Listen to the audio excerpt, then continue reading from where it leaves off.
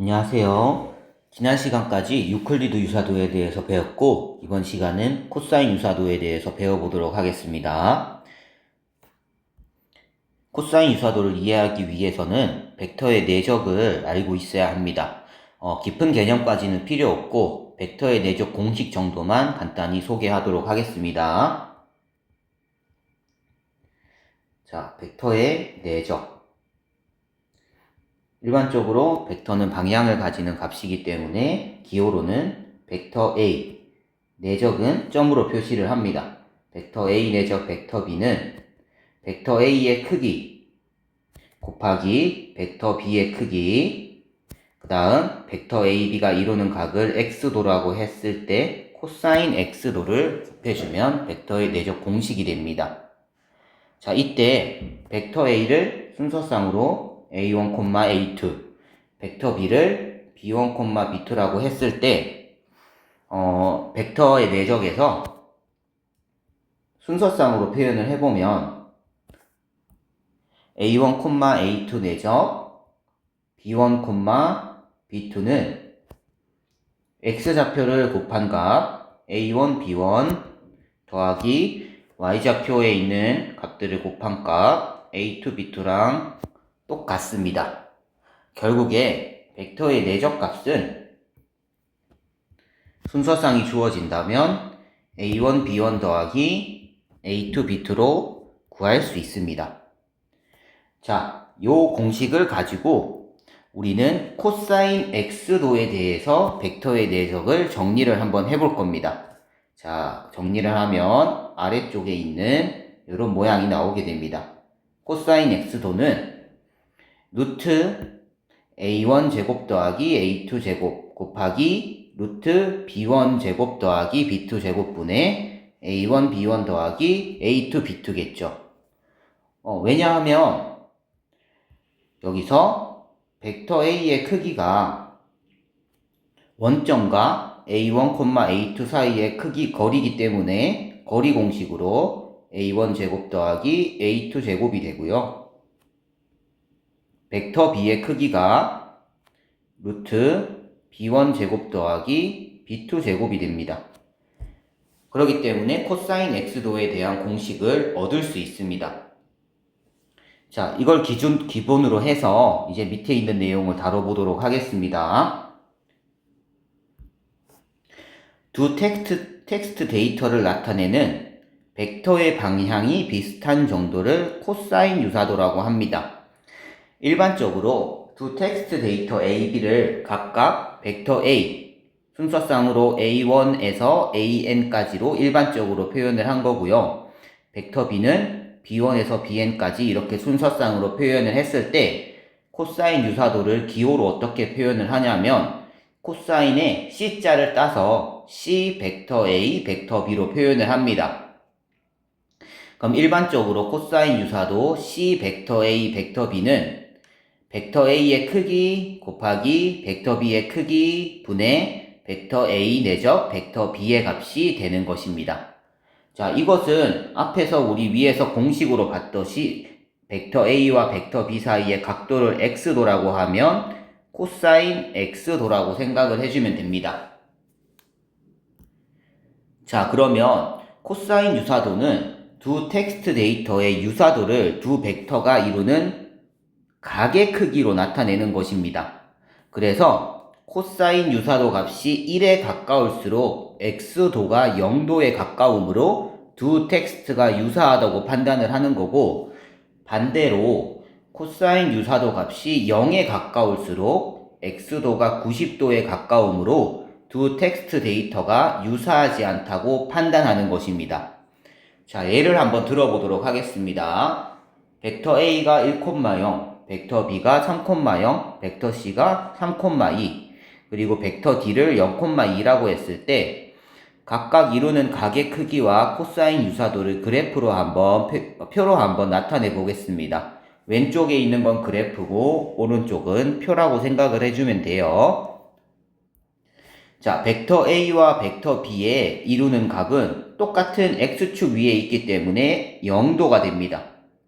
그럼 코사인 유사도 값은 여러분 코사인 x도라고 하면 되기 때문에 코사인 0도 1이 되겠죠. 벡터 A와 벡터 C가 이루는 요 각의 크기는 33.7도라고 합니다. 특수각은 아니기 때문에 여기 계산된 것만 보면 될 것 같아요. 코사인 33.7도는 13분의 3 루트 13 정도 된다고 합니다. 그 다음에 벡터 A랑 벡터 D는 90도의 각을 이루고 있습니다. 그럼 코사인 90도는 0이 되겠죠. 이렇게 코사인 유사도 값이 위로 올라갈수록 1에 가까워지고 있죠. 그러면 유사도가 어떻다? 증가한다라고 생각을 해주면 돼요. 왜냐하면 각은 작아지고 있으니까. 작아진다. 두 벡터 사이의 각이 작으면 작을수록 코사인 유사도 값은 커지고 유사도가 커진다라고 생각을 하면 됩니다. 여러분들도 알고 있다시피 코사인의 값은 항상 마이너스 1 이상 1 이하의 값을 가질 겁니다. 하지만 여기서 다루는 빈도수 벡터의 경우에는 성분이 모두 음이 아닌 정수만 다룰 거기 때문에 벡터의 코사인 유사도는 0 이상 1 이하의 값을 가지는 경우만 다루도록 하겠습니다. 자, 76쪽 교과서 넘어가도록 하겠습니다. 여기에 74쪽에서 나타낸 빈도수 벡터에 대하여 코사인 유사도를 감성을 분석을 해보는 단원입니다. 자, 간단하게 예시만 빠르게 보고 넘어가도록 하겠습니다. 긍정 단어, 부정 단어, 그리고 음식점 리뷰에 대한 벡터, 빈도수 벡터겠죠. 요거를 다 표현을 했고요. 그래서 짝을 지을 겁니다. 벡터 P, 벡터 X의 코사인 유사도를 구할 거고요. 벡터 n과 벡터 x의 코사인 유사도를 구해서 어떤 게 그 음식점 리뷰가 긍정에 가까운지 부정에 가까운지 판단하도록 하겠습니다. 자, 아래쪽을 확인해 보면 코사인 벡터 p 벡터 x는 계산은 분자에는 이제 내적이 들어가면 되죠. 분모에는 크기 곱하기 크기죠. 벡터의 크기 곱하기 크기라고 생각을 해주면 돼요. 자, 계산은 하지 않겠습니다. 계산한 것만 보면 대략적으로 0.45. 밑에 있는 예시는 코사인 벡터 n 벡터 x를 구하면 0.67. 자, 결과를 한번 해석을 해봅시다. 코사인 벡터 p 벡터 x보다 코사인 벡터 n 벡터 x가 더 큰 것을 확인할 수가 있죠. 자, 코사인 값이 크면 여러분들 이루는 각은 어떻게 될까요? 코사인 값이 크면 코사인 90도가 여러분들 0이죠. 코사인 0도가 1이죠. 그래서 우리는 코사인 유사도 값이 1에 가까울수록 각은 0도에 가까우므로 두 텍스트가 유사하다고 판단하는 겁니다. 그래서 리뷰 x를 나타내는 빈도수 벡터는 긍정 단어의 빈도수 벡터보다 부정 단어의 빈도수 벡터와 이루는 각의 크기가 더 작으므로 리뷰 x는 부정 리뷰로 분류할 수 있다는 겁니다. 각의 크기를 잘 계산을 해야 합니다. 자, 확인하기 4번도 간단하게 한번 보도록 하겠습니다. 지금 복잡한 건 없고요. 1번 문제 한번 보세요. 각 리뷰에 대하여 코사인 유사도로 감성을 분석하시오 라고 되어 있는데 긍정인지 부정인지를 분석하라는 겁니다. 자, 요거는 선생님이 계산을 일일이 하진 않을 거고 그래도 결과는 한번 적어가면서 설명을 해볼게요. 기호로 표현을 해야 됩니다. 코사인 벡터 P 벡터 A, 코사인 벡터 N 벡터 A. 자, 그 다음 코사인 벡터 P 벡터 B, 코사인 유사도 벡터 N 벡터 B. 자, 마지막으로 코사인 유사도 벡터 P 벡터 C, 코사인 유사도 벡터 N 벡터 C. 잠시 여러분들 일시 정지를 하고 요거 앞에서 배운 거 계산 한번 해보도록 하세요. 자, 다 풀었죠? 그러면 값들을 한번 선생님이 적어보도록 하겠습니다. 0.8, 0.27, 0.67, 0.45, 0.45, 0.67 이렇게 되고요. 그러면 우리 결과를 적어주면 되는데 코사인 유사도 값이 크면 더 유사도가 높다는 얘기가 되니까 여기는 긍정, 벡터 B에 대한 거는 긍정, 벡터 C에 대한 거는 부정과 유사하다고 결론을 내려주면 됩니다. 자, 2번도 이제 각 리뷰 간의 코사인 유사도를 구하라고 했거든요.